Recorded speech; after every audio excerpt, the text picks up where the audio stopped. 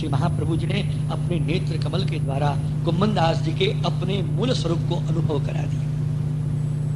कुंभना आ, तू तो मेरे श्री ठाकुर को सखा है, तेरे साथ कहा क्या बात भाई, वो मुझको कहोगे?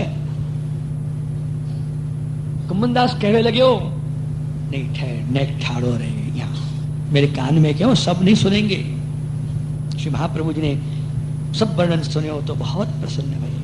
इतनी देर में नरो, सदु पांडे के नरो पाहुणे आए हैं, कोई गुरुजी पधारे हैं, अरे दूध वूध तैयार कर। तो वो तैयार करवे गई तो ऊपर से धीमों पर बहुत सुंदर सुने, अरे नरो, अरे नरो।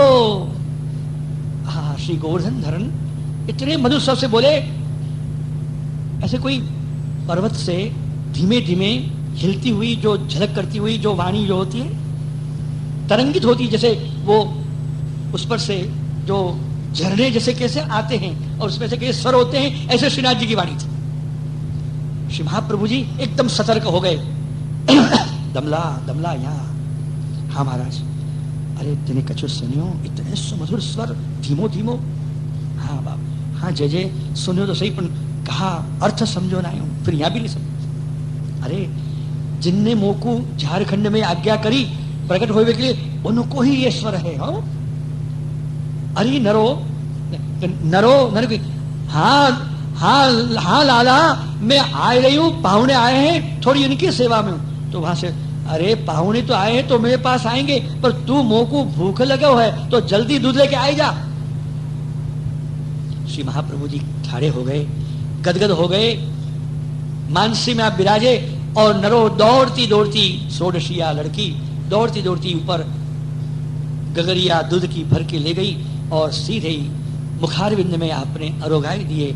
छोड़ो बच्चों हो तो वो लेके दौड़ती दौड़ती श्री महाप्रभु जी के पास आई और झट अंदर भीतर जाएगी। अरे नरो, ठहर ठहर ठहर ठहर करके श्री महाप्रभु जी वहां पधार के उसको रोक ली। गुरुदेव, मैं अंदर जाए के आपके लिए जो दूध तैयार करके रखे हो वो आपको, नहीं नहीं नहीं, मुझको और कछु नहीं चाहिए, ये तेरी गगरिया में जो कछु छोड़ो बच्चों है ना, वही मुझको चाहिए, अधरामृत चाहिए। महाराज, ये तो बहुत थोड़ो बच्चों है, तो आपको ये अच्छो मिलेगा। नहीं नहीं, अच्छो आंसू बढ़कर दुनिया में कोई अच्छो नहीं हो सके। ऐसे महाप्रभु जी ने गगरिया ले ली और बड़े प्रेम के साथ वो अधरामृत को पान श्री वल्लभाधीश ने श्री गोवर्धन धरण को करो। अब कहीं अब मोको और कछु नहीं चाहिए, ये अधरामृत पान करके अब कछु आवश्यकता नहीं है। महाराज, हमारी सेवा, तुम्हारी सेवा यहाँ में आई गई, अब हम तुम्हारे घर को कछु नहीं चाहिए। श्री महाप्रभु जी धीरे धीरे करके आन्योर के रास्ते से चरणारविंद आपने गिरिराज जी को दंडवत प्रणाम 3 बेर साष्टांग करके आज्ञा मांग के आपने ऊपर चढ़े को पहले चरणारविंद जहां श्री गिरिराज जी के स्लैब रखे, वहीं पर श्री गिरिराज बाबा भी श्री वल्लभ के चरण के स्पर्श को प्राप्त करके इतने गदगद होके, इतने पिघल गए कि वहां श्री महाप्रभु जी के चरण की छाप पड़ गई। और श्री महाप्रभु जी गज गति चाल से रोमांचित होते भये, कृष्ण कृष्ण कृष्ण कृष्ण होते भये जब पधारे, जहां मुखारविंद थे वहां जनाब पधारे, तो एकदम पूरा स्वरूप गिरिराज जी की वजह से संपूर्ण प्रकट हो गया। बोलो श्री गोवर्धन,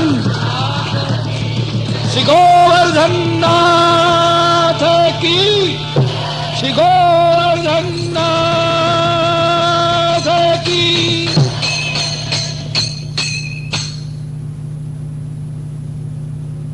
यानी ठाकुर जी भी अधीर हो गए और एकदम प्रकट हो गए, और प्रकट के दौड़ते हुए श्री वल्लभाधीश को आके एकदम लग पड़े, गले लग पड़े। श्री महाप्रभु जी ने बड़े प्यार से उनको अपने गले लगा लिए, प्रगाढ़ आलिंगन में एक दूसरे को कस दिए। जय श्रीनाथ, जय श्रीनाथ, गोवर्धन हरि।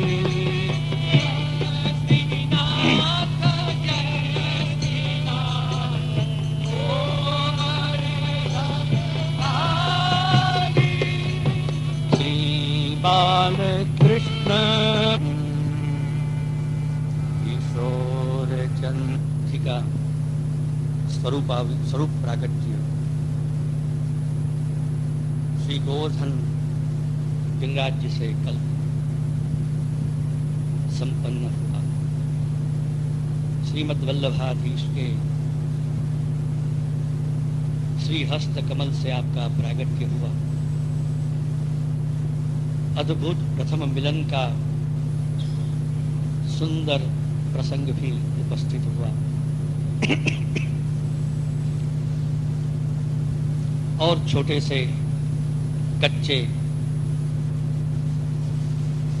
निर्मित मंदिर में भी श्रीनाथ जी को पाठ विराज कर श्री महाप्रभु जी ने सूक्ष्म सेवा क्रम भी प्रारंभ कराया।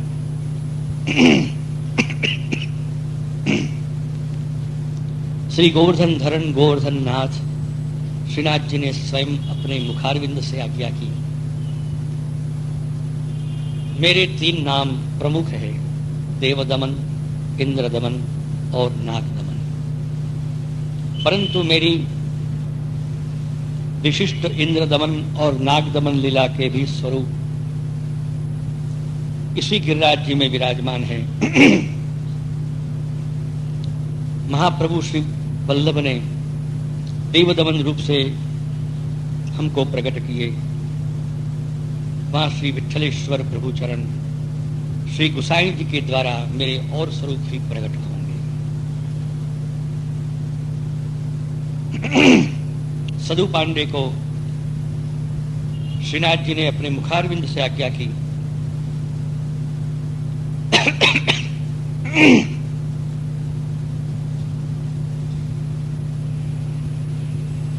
सारस्वत कल्प कृष्णावतार में हमने अष्ट लोकपालों का विविध लीलाओं के द्वारा दमन किया था।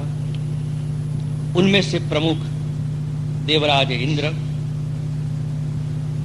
धनपति कुबेर, चंद्रमा, वायुदेव, वरुणदेव, मृत्युदेव, यमराज, अग्निदेव, ब्रह्मा जी, शिव जी और मदन कामदेव, ये जो मुख्य देवताओं का विविध लीलाओं में हमने संपूर्ण मर्दन किया, दमन किया, इसलिए मेरा नाम देवदमन है।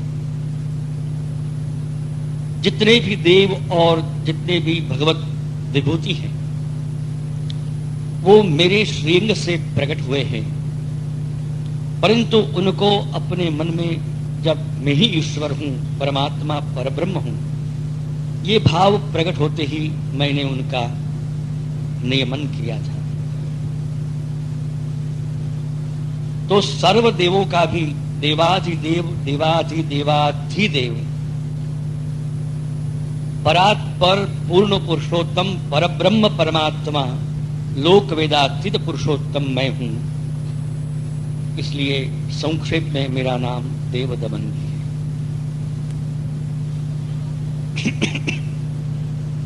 श्री गोवर्धन को धारण करके और पारिजात वृक्ष का हरण करके हमने इंद्र को शिक्षा देकर उसका दमन किया था, इसलिए मेरा नाम इंद्रदमन है। शंखचूड़ का वध करके निधि कुबेर को दी और उसे भी शिक्षा दी। तो निधि को सावधानी से बरत, तो कुबेर का भी दमन किया। और उषा हरण के प्रसंग में साक्षात भगवान शिव जी भी मेरे सामने लड़ने के लिए आए, तो शिवजी का भी युद्ध में पराभव करके मैंने शिवजी का भी दमन किया। बछड़ों को चुराकर ब्रह्मा जी ले गए, अनेक बछड़े और गोप ग्वाल के रूप धारण करके ब्रह्मा जी का भी मैंने दमन किया। और वरुण देव मेरे पितृ चरण श्री नंद बाबा को वरुण लोक ले गए, तो वरुण देव का दमन करके नंद बाबा को मैं वापस लाया। इसी प्रकार मृत्यु का दमन करके देवकी जी के मरे हुए 6 पुत्रों को वापस लाके, साक्षात मृत्यु भी मेरे हाथ में है, मैं मृत्यु से भी पर महाकाल हूं, परम काल हूं, ये मैंने उसको भी सिखाया। इसी प्रकार इंद्र के दमन के साथ वायु देवता मरुद गणों का भी उसके साथ ही मैंने दमन कर दिया, क्योंकि मरुद गणों ने भी इंद्र को उस समय सहायता की, बड़ा बवंडर ब्रज पे छवा दिया। तो उन वायु का निग्रह करके मरुद वायु को भी मैंने दमन किया था। और इसी प्रकार सांदीपनी ऋषि मेरे गुरु जी के पुत्रों को जो मर गए थे उनको यमलोक से वापस लाकर यमराज का भी मैंने दमन किया। हे सदु पांडे, और तो क्या, इतनी मेरे बहुत से चरित्र हैं और तुमको क्या बताए। मेरा नाम देवदमन है। देवदमन सब देवताओं के ऊपर मेरी पूजा मेरी भक्ति करने पर समस्त 33 करोड़ देवताओं का पूजन यजन भक्ति एक ही साथ हो जाती है, फिर अलग करने की आवश्यकता नहीं रहती है। क्योंकि भगवत गीता में 11वें अध्याय में अर्जुन पर बड़ी कृपा करके देवों को दुर्लभ वो मैंने अपने विराट स्वरूप का दर्शन कराया था। और उन विराट स्वरूप के दर्शन करते हुए स्वयं पार्थ अर्जुन ने, और दूर दूर धुंधले धुंधले दर्शन संजय को भी हुआ था। तो उसने मेरा वर्णन भी किया धृतराष्ट्र के सामने। तो उसने मेरी जटा में भगवान शंकर, मेरे नाभि कमल में ब्रह्मा जी, मेरे सब हाथों में विविध प्रकार के देवता, मेरे दोनों नेत्रों में सूर्य और चंद्र, स्वर्ग और नरक, संपूर्ण 14 भवन, मुख में अग्नि, यानी पूरे कोई वस्तु ऐसी बाकी न थी। पूरे समस्त को उसने मेरे में देखा। और शक्ति जिसको लोग माता जी के रूप में पूजा करते हैं वो भी मेरे में उसने देखी। तो पता चला कि मेरा एक बहुत बड़ा विराट विशाल रूप है जिसमें समस्त सबों का, देव दानव और मानव का समाश्रय समन्वय है। तो वही लोग जो अल्प बुद्धि के हैं, अज्ञानी हैं, वो मेरा श्री हरि का भजन पूजन छोड़कर मेरी अलग अलग विभूतियों का यजन पूजन भजन करते हैं और मोक्ष से वंचित रहते हैं। कल भी ये बात आई थी। भगवान ने भगवत गीता के 8वें अध्याय में स्पष्ट कहा था कि आप ब्रह्म भुवनाल लोकः पुनरावर्तिनो अर्जुन मामुपेत्य तु कौन्तेय पुनर्जन्म न विद्यते। इसी प्रकार भगवत गीता के 7वें अध्याय में श्लोक 19 से लेकर 19, 20, 21 और 22 इनमें स्पष्ट शब्दों में कोई भी शंका संदेह नहीं रखते हुए एकदम शुद्ध रूप से कह दिया कि हे पार्थ कौन्तेय अर्जुन, जो जिसका अंश है उनको मैं उसमें जोड़ता हूं, परंतु यो यो याम याम, ये श्लोक से आरंभ करके अंतवत्तु फलं तेषाम, वहां तक यो यो याम याम तनुभक्तः श्रद्धयार्चितुमिच्छति तस्य तस्याचलां श्रद्धां तामेव विदधाम्यहम् सतया श्रद्धया युक्तः तस्याराधनमीहते लभते च ततः कामान् मयैव भीतान् हितान् अंतवत्तु फलं तेषां तद्भवत्यल्पमेधसां देवयजो यान्ति मद्भक्ताः यान्ति देवान देवयजो यान्ति। सब लोग कहते हैं कि चाहे इसको भजो, चाहे इसको भजो, चाहे इसको भजो, सब एक ही फल प्राप्त होना है। परंतु गीता जी में कृष्ण ने इस बात का खंडन कर दिया है। सब एक ही माया नहीं है। भगवान कृष्ण के वाक्य में स्पष्टता यानी शुद्ध कहते हैं एकदम स्पष्ट, देवान देवयजो यान्ति। मेरी विभूति रूप ही क्यों न सही, परंतु उन देवताओं को भजन करने वाले उन देवताओं को ही प्राप्त होते हैं। मदभक्तः यान्ति मामपि, मेरा भक्त ही मुझे प्राप्त होता है।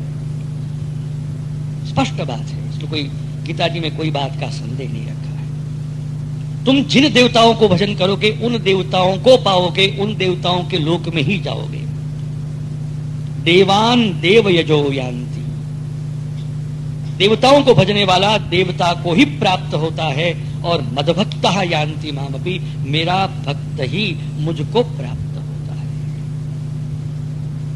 इस पर भी प्रकारांत से उन देवताओं को भजने वाला प्रकारांतर से यानी द्रविड़ी प्राणायाम करते अंततो गत्वा तो मुझको ही बचता है, क्योंकि देवता लोग भी मुझसे पृथक नहीं है, परंतु उसके फल प्राप्ति में उनको उन देवताओं के लोक मिलेंगे, परंतु सीधा जो मेरा भक्त होता है उनको मेरा वैकुंठ प्राप्त होगा। तो यो यो याम याम तनु भक्तः श्रद्धयार्चितुमिच्छति, जो जो जिनका अंश है और जिनमें जिनकी आस्था श्रद्धा है, उन मनुष्यों को मैं अपने विभूति रूप उन देवताओं में उनकी मति, उनकी गति, उनकी रति मैं स्थिर करता हूं, और उनके द्वारा और उन देवताओं का भजन भक्ति करने पर उन देवताओं के द्वारा उनको जो फल प्राप्त होता है, हे अर्जुन मयैव विहितान हितान, वो मैंने ही निश्चित किया फल वो देवता देते हैं, क्योंकि देवता स्वतंत्र नहीं है, वे सब मेरे अधीन हैं। मैंने ही निश्चित किया है कि तुम इसको, तुम्हारे इस भक्त को तुम इस फल दोगे। मैंने उन देवताओं को अधिकार नहीं दिया कि किसी को मोक्ष मिले। आप कहीं भी किसी को भी कोई भी हिंदू धर्म के पुराणों में देख लीजिए, हरि को छोड़कर कोई के अन्य देवों के भक्तों ने मोक्ष पाया हो, ऐसा कोई अपवाद भी कोई दृष्टांत ढूंढ के लाए, उनको इनाम मिलेगा। पूरे सनातन धर्म में, पूरे सनातन हिंदू धर्म के कोई भी वेद, गीता, उपनिषद, रामायण, 18 पुराण, स्मृति, कोई भी ऐसा एक भी दृष्टांत नहीं है कि भगवान परब्रह्म परमात्मा वैकुंठाधिपति श्री हरि को छोड़कर किसी की भक्ति से कोई भी भक्त को मोक्ष मिला, जीवन मरण का फेरा टला। उप पुराण देवी भागवत, देवी पुराण में एक भी माता जी के एक भी भक्त भूले से भी ऐसा नहीं है कि जिसको माता जी के द्वारा जन्म मरण का फेरा टल के उसको मोक्ष माता जी ने दिया हो, क्योंकि मोक्ष के दाता भगवान परब्रह्म परमात्मा श्री हरि नारायण है, इसलिए उनका नाम मुकुंद है।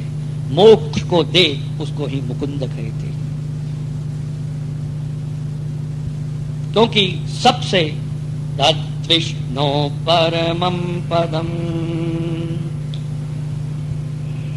उपनिषद और वेदों ने कहा तद विष्णो हो परम पदम, परम पद सबसे ऊपर का लोक यानी सुप्रीम लास्ट वो वैकुंठ है। उसके नीचे पूरा जो ओमकार है वो भगवल लोक है।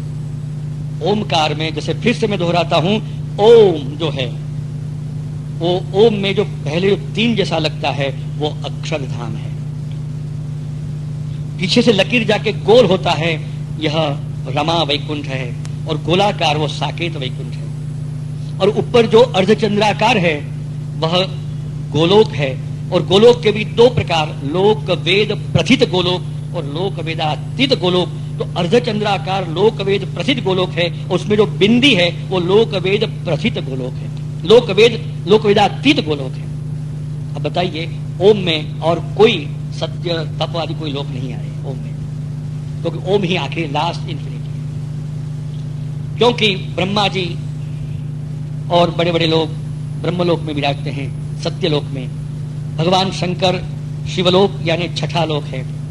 मुसलमान लोग ये कहते हैं कि खुदा छठे आसमान में है, क्योंकि मुसलमान लोग प्रकारांतर से शैव धर्मी है, क्योंकि वहां मक्का शरीफ जिसको कहते हैं और जिसको लोग संगे पाक कहते हैं यानी पवित्र पत्थर, वो उसकी आकृति शिवलिंग की है, और वो मकलेश्वर महादेव थे। आप समझे? मोहम्मद पैगंबर साहब के पहले सब जगह पूरे विश्व में हिंदुइज्म था, तो मकलेश्वर महादेव की वहां पूजा होती थी, प्रख्यात था।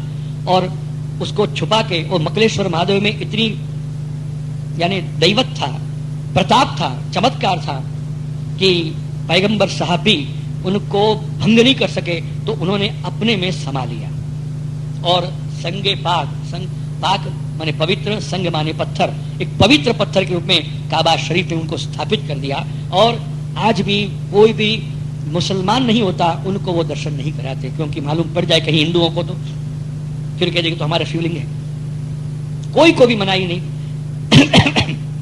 इसके पीछे आख्या क्या भी इसका कारण नहीं। तो मकलेश्वर महादेव है, और महादेव जी से चंद्रमा, आधा चंद्र जुड़ा है, इससे मुसलमान लोग देखो आधे चंद्र को मानते हैं।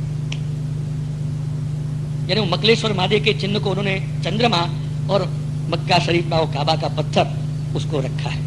ये प्रूफ है? इसलिए वो मोहम्मद पैगंबर कहा कि खुदा, उनका खुदा कौन? शिव जी है। वो कहां पर है? छठे आसमान में। हमारे शास्त्रों में कहा शिव जी का लोक छठा लोक है। कितना मिलता जुलता है। हमने तो इसका रिसर्च किया। इसी प्रकार गणपति की पूजा, बात निकली, विषय नहीं है तो भी बात निकली, तो हम कहते हैं कि गणेश जी की पूजा पूरे विश्व में थी। कोई न कोई रूप से वो गणेश जी को मानते थे। हमारे यहाँ भारत में आरंभ का देव, कोई भी शुभारंभ करो तो गणपति की पूजा होती है। और यहाँ तक कि उनका इतना नाम प्रचलित हो गया कि कोई भी वस्तु का आरंभ करे तो उसका दूसरा, आज इसका श्री गणेश हुआ, मतलब शुरुआत हुई। तो देखिए एक बहुत फारसी का शेर है, इब्तिदाए इश्क में, इब्तिदाए इश्क में नहीं, वो इतना ही शब्द में कहता हूं। तो इब्तिदा, इब्तिदा माने शुरुआत। गणेश जी के 108 नाम में एक नाम है इप्सितदा, उसका फारसीकरण होगा इब्तिदा। इब्तिदा माने शुरुआत करना है। अब इंग्लिश भाषा में शुरुआत को क्या कहते हैं? बिगनिंग किया। हमारे गणेश जी का 108 नाम में विघ्नहन नाम है, विघ्नहन। तो विघ्नहन से बिगनिंग हो गया है।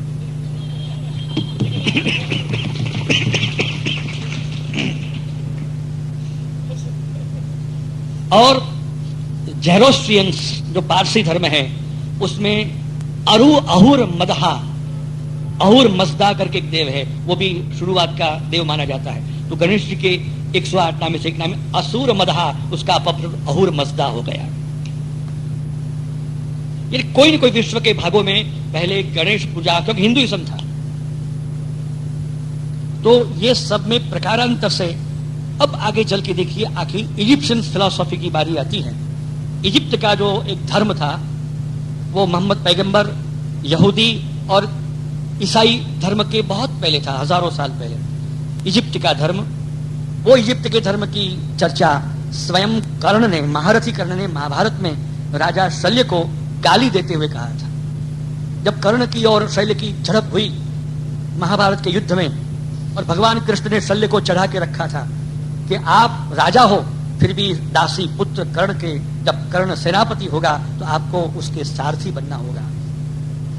आप नकुल और सहदेव के मामा हो, 5 पांडवों के आप मामा हो, माद्री के भाई हो,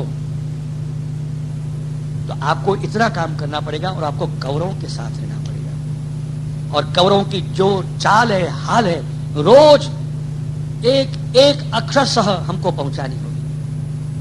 और जो गुप्तचर होंगे वो तो कभी भी पकड़े जा सकते हैं, लेकिन महाराजा मद्र नरेश शल्य को कौन पकड़ेगा? कौन अविश्वास कर सकता है? भगवान कृष्ण ने एक ऐसे गुप्तचर को कौरवों में घुसा दिया जिस पर कोई कभी सपन में भी अविश्वास नहीं कर सकता है। और शल्य जो उसमें से गया तो और भी विश्वास करने लगेंगे कि युधिष्ठिर के द्वारा अपमानित होकर आया तो ये तो उसका वैरी हो गया, ये भी और भाव दुर्योधन के मन में बनेगा। देखिए भगवान कृष्ण की चतुराई। तो उनको बहुत कान में मंत्र दिया था भगवान कृष्ण ने कि आपका काम बाकी रोज की हर एक उनकी चाल को हमारे तक पहुंचाना है। और जिस दिन कर्ण सेनापति बनेगा उसको उस समय सारथी आप बनना।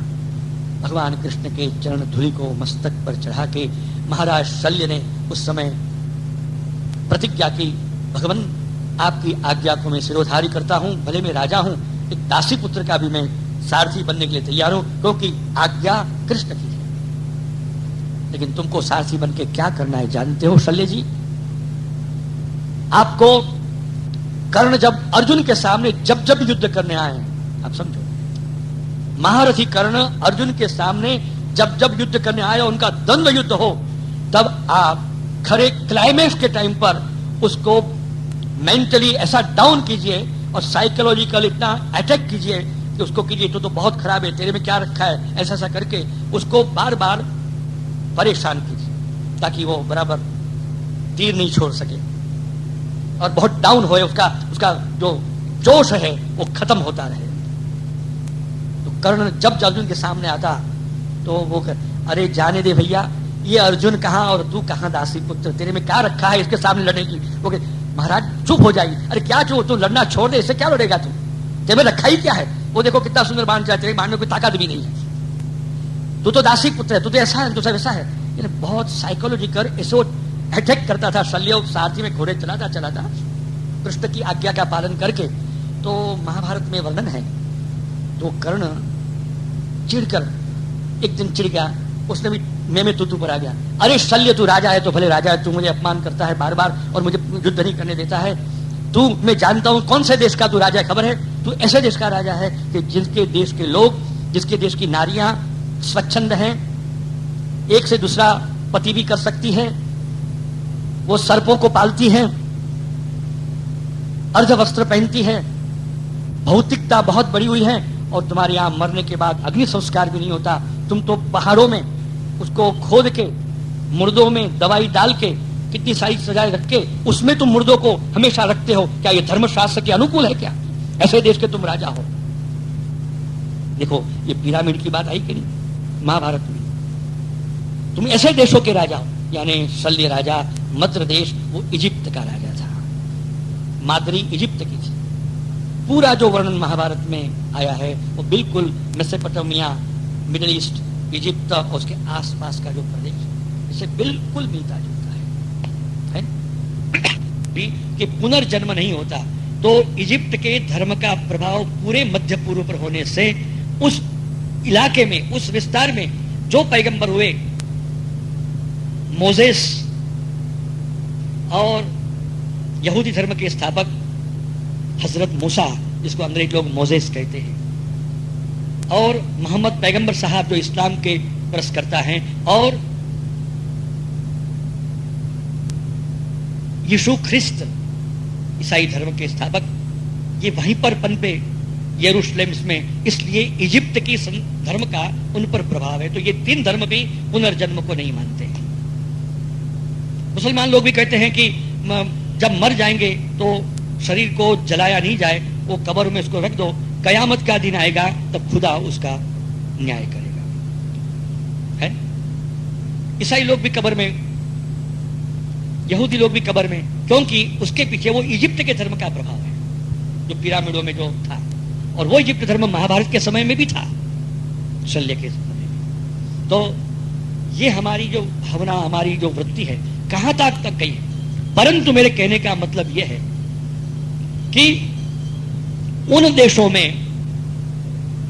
उन देशों के इन पैगंबरों ने, इन महात्माओं ने जो मजहबों की स्थापना की, उनमें से उन्होंने मूर्ति पूजा हटाई, क्योंकि वहां की परिस्थिति को देखते हुए मूर्ति पूजा के द्वारा वहां के लोग अधर्म कर रहे थे। इजिप्त के धर्म में बहुत बड़ा पाखंड था, कितने पशुओं को भी उन्होंने देव बना दिया, कितने पक्षियों को भी देव बना दिया, और बहुत अधाधोधी फैल गई थी। तो उनके लोगों के कल्याण के लिए, परमात्मा की ओर जोड़ने के लिए, वहां उन जो महापुरुष हुए उन्होंने सबसे पहले काम किया, इन सब से उनको किया ईश्वर, खुदा, परमात्मा, गॉड केवल ऊपर है। कोई ने कहा ईसाइयों का 7वें आसमान में है, मुसलमानों का 6ठे आसमान में है, और हम कहते हैं कोई भी आसमान में है, सब आसमान में है, सभी लोक में है और सब में है, कण कण में है, जड़ और चेतन में है। हमारा परमात्मा का भावन व्यापक है, लेकिन किसी ने भी वैकुंठ की कल्पना नहीं की, क्योंकि उसका फल, उसके द्वारा उन मजहबों के चलते हुए जो फल मिलेगा, बहुत बहुत तक वे लोग सत्यलोक पर्यंत जाएंगे। इसी प्रकार हमारे हिंदुइज्म में, हमारे सनातन धर्म में भी उन परमात्मा के रूपों का भजन यजन करने पर उन लोगों की प्राप्ति होगी, जैसे गीता में बताया। परंतु जिनको मोक्ष प्राप्त करना है वे नारायण, हरि, परमात्मा, श्री कृष्ण का, श्री राम का भजन करते हैं, भक्ति करते हैं, तो उनके द्वारा मोक्ष की प्राप्ति, वैकुंठ की प्राप्ति होती है। तो यहां पर यही बात कही विराट स्वरूप में ये सब देखा। तो मेरी पूजा, अब देखो कोई ने हाथ की पूजा की, किसने ये हाथ की पूजा की, किसने पैर की, कोई सर की, कोई नाक की। अब कोई व्यक्ति को नीचे से लेके पूरी आरती कर दो तो फिर हाथ की, आंख की, पैर की अलग आरती करने की जरूरत है? एक परब्रह्म परमात्मा भगवान कृष्ण की तुम पूजा कर लो तो उसमें सभी देवता आ गए, फिर अलग करने की आवश्यकता नहीं रहती है। इसलिए कृष्ण भक्त और अलग अलग देव देवताओं की पूजा नहीं करते, ख्याल में आया? क्योंकि आवश्यकता नहीं, एक में सब आ जाए तो फिर अलग अलग करने की क्या जरूरत है? विराट में तो सब आया है। मेरा भजन करने पर, मेरी पूजा करने पर सबका आ जाता है। तो प्रश्न आता है, क्या प्रसाद जो ठाकुर जी को धरते हैं, जब प्रसाद शब्द की बात आई तब कुछ अज्ञान में हम दूर करना चाहते हैं। हमने ठाकुर जी को प्रसाद धरा, भाई ऐसे शब्द को सुधारो। जो ठाकुर जी को धरा जाता है उसके पहले उसको कहते हैं सामग्री। ठाकुर जी के सामने आने पर कहा जाता है भोग, और उसको उठाने के बाद जो शब्द बनता है उसका नाम प्रसाद। ख्याल में आया? भोग लगाने के पहले उसका नाम क्या है? उस फूड का सामग्री। सामने आने के बाद क्या हुआ? भोग, और उठा लेने के बाद प्रसाद। तो प्रसाद का अर्थ क्या हुआ? प्रसाद का अर्थ कोई फूड नहीं है, खाने की वस्तु नहीं है। प्रसाद अर्थ है कृपा। प्रसाद को कहते हैं कृपा। प्रसादे सर्व दुखानाम तत्प्रसाद। जैसे कहा अर्जुन ने गीता जी में क्या कहा? छेले आखिर में, नष्टो मोह स्मृतिर्लब्धा त्वत्प्रसादात् मयाच्युत। तुम्हारे प्रसाद से, यानी तुम्हारी कृपा से मेरा मोह नष्ट हो गया। तो कृपा, अनुग्रह आदि का पर्यायवाची शब्द क्या है? प्रसाद। तो उस पदार्थ, खाने पीने की जो वस्तु होती है उसको हम प्रसाद, कृपा क्यों कहते हैं? समझो, क्योंकि वो खाने के लिए नहीं है, पेट भरने के लिए नहीं है। वो भगवान के सामने या देवी देवताओं के सामने रखा, कोई भी देव के सामने रखा या परमात्मा के सामने रखा, तो परमात्मा ने अपने नेत्रों के द्वारा उसको ग्रहण किया, उसके भावों के द्वारा उसका ग्रहण किया, या स्वयं आप अपने मुखारविंद में अरोगे, और अरोग कर अपना जो उच्छिष्ट था वो हमारे लिए छोड़ दिया। तो भगवान का, देवी देवताओं का जो उच्छिष्ट होता है वो उनकी कृपा का स्वरूप है, उसमें उसका साक्षात रूप आ जाता है। ख्याल में आया? तो वो उनकी, उन देवताओं की या कोई भी की ये कृपा हो गई, समझो। तो अब जब हम कोई एक का ही यजन करते हैं, एक का ही अनन्य भाव से पूजन करते हैं, और हम एक ही की कृपा को चाहते हैं, तो फिर दूसरे सबकी कृपा तो नहीं ली जा सकती है। इसलिए वो कृपा रूप होने से वह प्रसाद हरि भक्त नहीं लेता है। ख्याल में आया? उसके पीछे कोई खराब वस्तु नहीं है, क्या कोई अपमानजनक वस्तु नहीं है। ध्यान में आया ना? क्योंकि वो ग्रहण करने पर उनकी कृपा ग्रहण की, यह अर्थ होता है। तो कृपा तो एक की ही ग्रहण की जाती है। गुजराती में कहावत है, 100 घरणो परोणो भूखे मरे। सब भगवान के जो रूप हैं, उन भगवान के रूपों को भगवान के द्वारा अलग अलग डिपार्टमेंट दिए गए, अलग अलग विभाग दिए गए। तो कोई भी एक का, जैसे शंकर संप्रदाय में,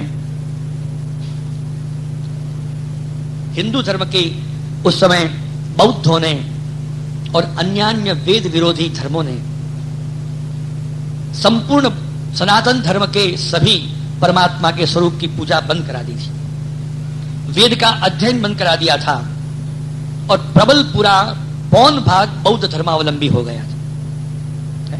और दूसरे उसका जैसा ही नास्तिक मत, क्योंकि बौद्ध धर्म भगवान परमात्मा ईश्वर को नहीं मानता। जो नास्तिक धर्म है उनमें 2-3 और भी भारत से ही जन्मे धर्म है। नास्तिको वेद निंदक, वेद से विरुद्ध, वेद बाह्य, वेद निंदक, जो भारत में 2-3 धर्म और भी प्रकट हुए सनातन धर्म के उपरांत, उनमें एक बौद्ध धर्म सबसे आच्छादित था। तो उनको निवारण करने में कुमारिल भट्ट, उदयनाचार्य और आदि शंकराचार्य महाराज का सबसे बड़ा पुरुषार्थ रहा, और राजा में विक्रमादित्य का रहा, और इनके प्रचंड पुरुषार्थ से बौद्ध धर्म को तिब्बत में खदेड़ दिया गया, और पूरे भारतवर्ष को फिर से सनातन धर्म का सब वापस सनातन धर्म में आ गए। तो उनको सब देवी देवताओं के मंदिर पूजा सब बंद हो गई थी। तो उस समय शंकराचार्य महाराज ने एक संगठन हो उसके लिए सनातन धर्म के ईश्वर के 5 मुख्य रूप। आप जानते हो कि जब बौद्ध धर्म आया उसके पहले सनातन धर्म के वेद रूप सनातन धर्म के 5 मुख्य संप्रदाय थे। वैष्णव धर्म, वैष्णव संप्रदाय, शैव संप्रदाय, सौर संप्रदाय, गाणपत्य संप्रदाय और शाक्त संप्रदाय। समझो, ये 5 संप्रदाय बौद्धों ने नष्ट कर दिए थे।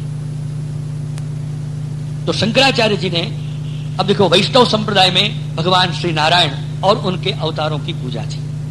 शैव संप्रदाय में शिवजी और शिव परिवार की पूजा थी। वे शिव को और शिव परिवार के सिवा और कोई को नहीं मानते थे, शैव धर्म। इसी प्रकार शाक्त संप्रदाय शक्ति की पूजा को ही मानता था। वो परमात्मा के रूप को पुरुष नहीं मानता था, परमात्मा स्त्री है। वो गॉडेस को मानने वाला, यानी परमात्मा तत्व है वो स्त्री रूपी है, ऐसा मानने वाला जो संप्रदाय, माता जी को ही मानने वाला, वो शाक्त संप्रदाय। ऐसा सौर संप्रदाय था, वो कहता है कि सूर्य नारायण जो है वही परब्रह्म परमात्मा है और कोई परमात्मा है ही नहीं, तो सूर्य पूजा होती थी। वो सौर संप्रदाय के मंदिर आज भी मोढेरा गुजरात और कोणार्क इत्यादि बहुत से सौर संप्रदाय के प्रमुख स्थान थे। इसी प्रकार गाणपत्य संप्रदाय था, जो गणपति को ही परब्रह्म परमात्मा मानकर और कोई परमात्मा नहीं है और गणपति को सिवाय कोई को मानना नहीं, ये मानने वाला पूरा संप्रदाय था। तो ये सब संप्रदाय के सनातन धर्मी जब लुप्त हो गए तो शंकराचार्य के द्वारा जब उसका उद्धार हुआ तो उन्होंने इन सभी संप्रदायों के देव को इकट्ठा करके हिंदू संगठन किया। तो उन्होंने पंचदेवोपासना का एक क्रम बताया। परंतु शंकराचार्य खुद, उनकी मां और उनके परंपरा शुद्ध रूप से वैष्णव और कृष्ण भक्ति की थी। सन्यास के धर्म में लिखा है कि मूर्ति पूजा सन्यासी नहीं कर सकता और पूर्व आश्रम के जो माता पिता हो उनके अग्नि संस्कार भी नहीं कर सकता। परंतु माता का वचन था कि तू सन्यासी बनकर हमारे कुल परंपरा से वो जो गोवर्धनधारी, वो कृष्ण भगवान का स्वरूप, वो गोवर्धनधारी वेणुनाथ का कृष्ण, उनकी परंपरा का हजारों साल पुराना स्वरूप था, ये हमारे घर के ठाकुर जी हैं, उनकी तो सेवा नहीं छोड़ेगा, भले सन्यासी, और मैं तुझे कृपा करके तेरे माथे पर पधराती और मेरा अग्नि संस्कार तू भले सन्यास तो भी करना पड़ेगा, तो मैं सन्यास की आज्ञा देती। शंकराचार्य जी ने सन्यासी होकर भी माता का अग्नि संस्कार भी किया और शंकराचार्य बालपन से ही उसी कृष्ण भक्ति को लेकर ही तो बड़े हुए थे। तो उन पंचदेवों में भी उन्होंने प्रमुख, बीच में उनके मुख्य उपासक के लिए शंकराचार्य के स्वरूप साक्षात श्री कृष्ण थे। वो स्वरूप उन्होंने जगन्नाथपुरी में जो मठ स्थापन किया वहां पधराया और उनके नाम से वो मठ, उस पीठ का नाम भी गोवर्धन मठ रखा। देखो, हमारा गोवर्धन नाथ और वहां गोवर्धन पीठ जगन्नाथपुरी है ना। और इसलिए आदि शंकराचार्य भगवान ने जब चलपट पंजरी स्तोत्र बनाया, भज गोविंद स्तोत्र बनाया, तो उन्होंने क्या, भज गोविंदम गोविंदम भज मूढ़मते। हे मूढ़मती मानव, तू गोविंद गोविंद गोविंद ऐसा ही भजन कर, गोविंद गोविंद गोविंद। और क्या बता, 4 वस्तु सब मानवों के लिए उन्हें अनिवार्य बताई आदि शंकराचार्य महाराज ने। 4 वस्तु, गे, ध्येय, नेय और देय।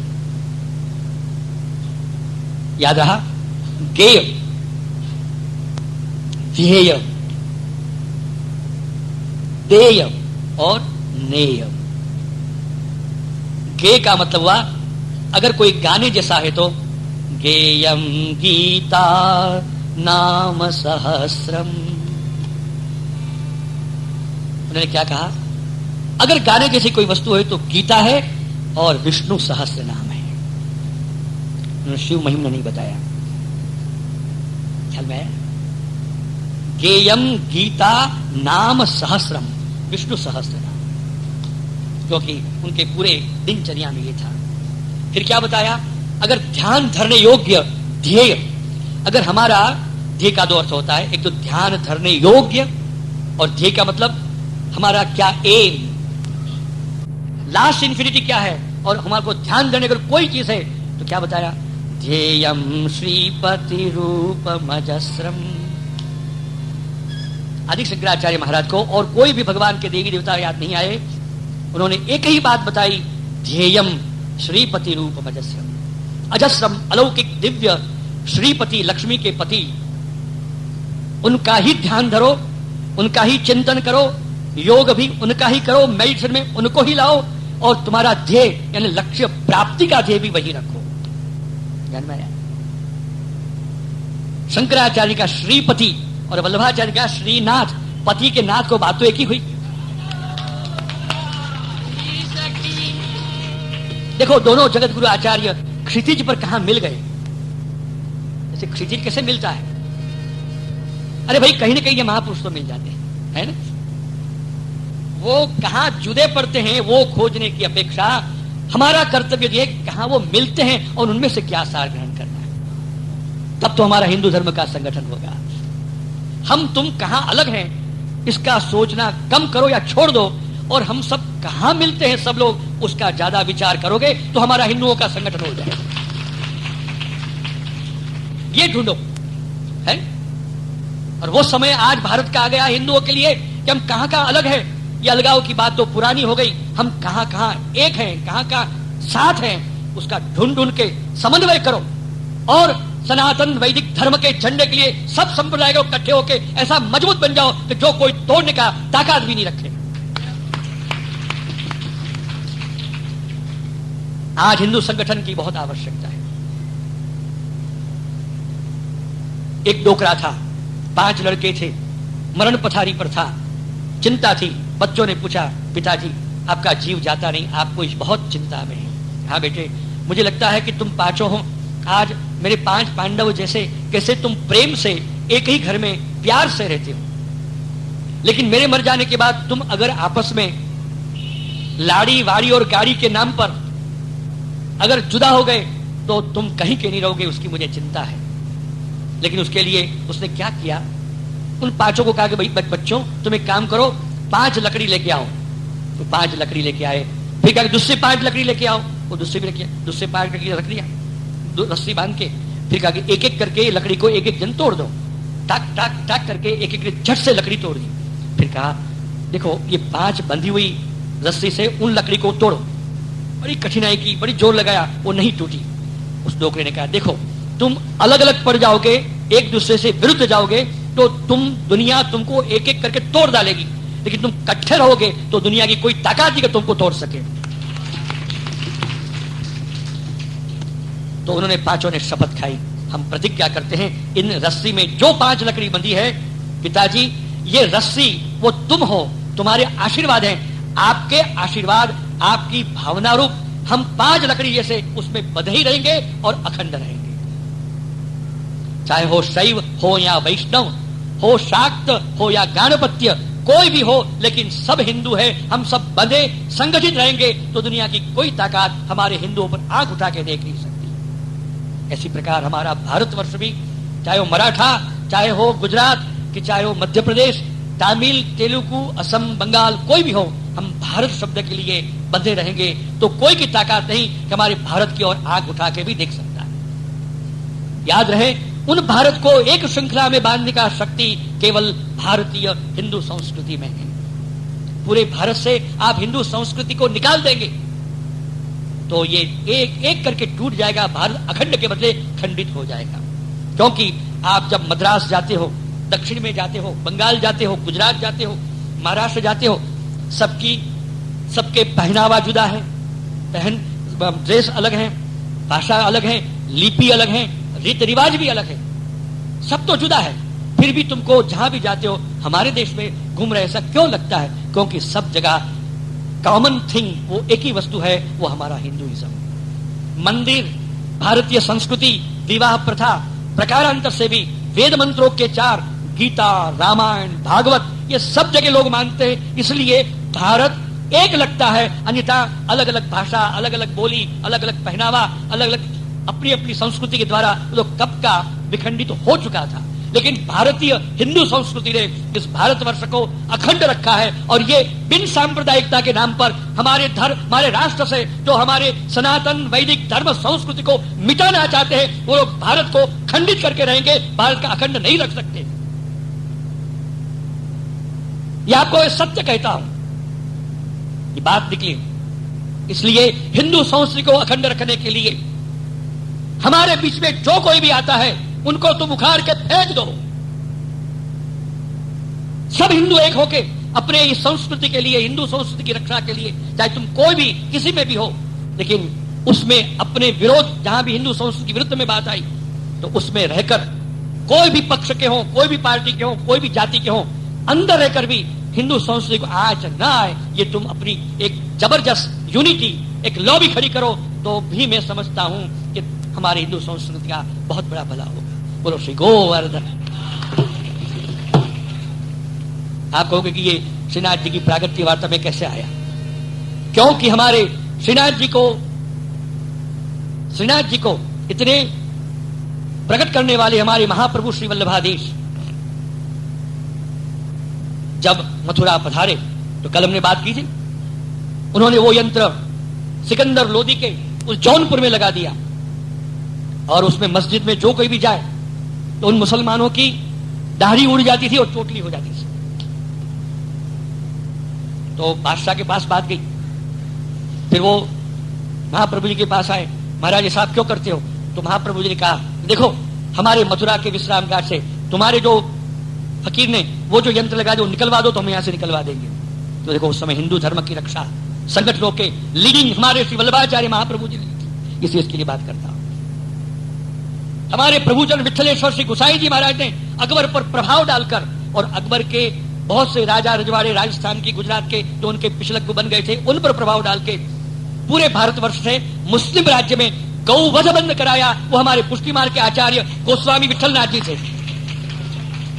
तो इससे ये हिंदू संगठन की बात हमारे साथ आती है। ख्याल में पुष्टि मार्ग संप्रदाय ने पूरा 500 साल पहले भी हिंदू संगठन में अगुवाई की है, गो रक्षा में गोवध बंदी के लिए अगुवाई की है, और इसलिए विठलनाथ प्रभुचरण का नाम अकबर बादशाह ने उसको पदवी के रूप में दिया कि आप आज से गोसाई गोस्वामी हो। तो हमारी पदवी भी गोस्वामी, वो गो रक्षा के लिए तो है, गोवध बंदी की यह स्मृति है गोस्वामी शब्द, है ना? तो भला बताइए, इसका तो हमारा संबंध ही वार्ता से। हमारे नाथक द्वारा में आज भी अकबर बादशाह के फरमान, जहांगीर के फरमान, शाहजहां के फरमान, यहां तक कि वो धर्मांध मुस्लिम बादशाह औरंगजेब, लेकिन उस समय श्रीनाथ जी को उसने भी अपनी दाढ़ी से उनकी बुहारी की है, ऐसे प्रत्यक्ष पुरावा हमारे पास मौजूद है। क्योंकि उसने भी चमत्कार सो नमस्कार, जब श्रीनाथ जी का वो चमत्कार देखा तो उसने मिन्नत, क्षमा प्रार्थना, मुआफी अपनी दाढ़ी से साफ करके मांगी थी। ख्याल में आया? और उस समय श्री गुसाई जी महाराज प्रभुचंद्र विठलेश्वर पुष्टि मार्ग के तीसरे आचार्य, उन्होंने पूरे सनातन धर्म जितने संप्रदाय थे उन सब शंकराचार्य, मध्वाचार्य, निम्बार्क जितने थे, उन सबों ने श्री विठलेश्वर प्रभुचंद्र श्रीमद गुसाई जी महाराज को अपना सबसे लीडर चुना और उनकी अगुवाई के लिए पूरे मुगल साम्राज्य में हिंदू धर्म की रक्षा की। आप समझे? तो आज ये समय प्रासंगिक इस बात को हम कहते हैं। तो ये हमारी संस्कृति सर्वत्र विद्यमान, परंतु प्रसाद की बात आई तो प्रसाद कहीं किसी का भी हो, कोई भी वैष्णव हरि भक्त उसका अनादर नहीं करता है। जब से कहीं से भी मिलता है उसको अपने मस्तक पर चढ़ाता है और मस्तक पर चढ़ा के बड़े आदर के साथ गौ को खिलाता है या उनके भक्त को आदर से ले लेता है। ख्याल में? परंतु मैं इसका नहीं लेता हूं, ऐसा अनादर कभी नहीं करता है, क्योंकि अनादर करना ये अपराध है, कहीं फेंक देना भी अपराध है। और कहीं भी गए सकल लोक मां सहुने वंदे, सबको प्रणाम, सबको नमस्कार, सबका आदर, सबका सम्मान, परंतु उपासना और आराधन केवल एक का। ये हमारा मंत्र है। ख्याल में है? ये सूक्ष्म बात सब वैष्णवों को ध्यान में रखनी चाहिए। सम्मान सबका, समादर सबका, आराधन भक्ति केवल एक की। प्रभु के सब स्वरूपों को प्रणाम है, सबका आदर है और सबके आदर के साथ सबके उत्सव जहां कहीं हो प्रेम से जाना चाहिए, उनमें सम्मिलित होना चाहिए और कंधों से कंधे मिलाकर सबके साथ होना चाहिए, क्योंकि भावना, अनन्याश्रय, अनन्यता ये कोई दिखावे की वस्तु नहीं है, ये तो अपने मन की वस्तु है। जैसे एक स्त्री पति भाव एक ही पुरुष में रखती है तो इसका मतलब नहीं कि कहीं और पुरुष से बोलती नहीं है, कहीं और घरों में शादी विवाह में और कहीं जाति आती नहीं है? अगर वो जाति आती नहीं, मैं तो एक पति, मेरे पति को जानती हूँ, किसी को जानती नहीं हूँ, तो घर भी चले सही है।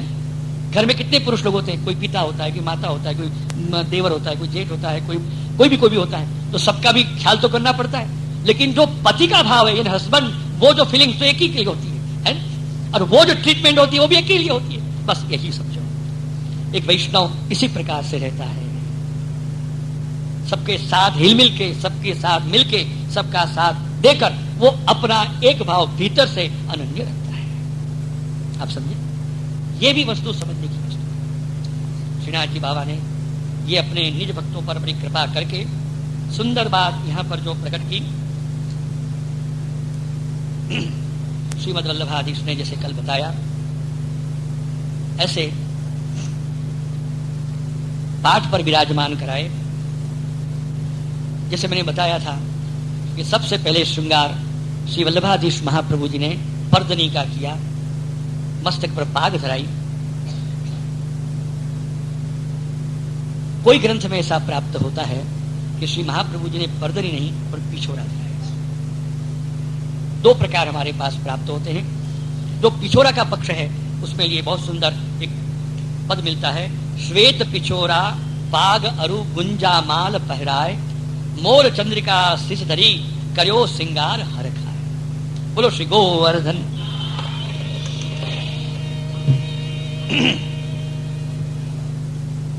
श्री महाप्रभु जी ने जब श्रीनाथ जी का इतना सुंदर श्रृंगार किया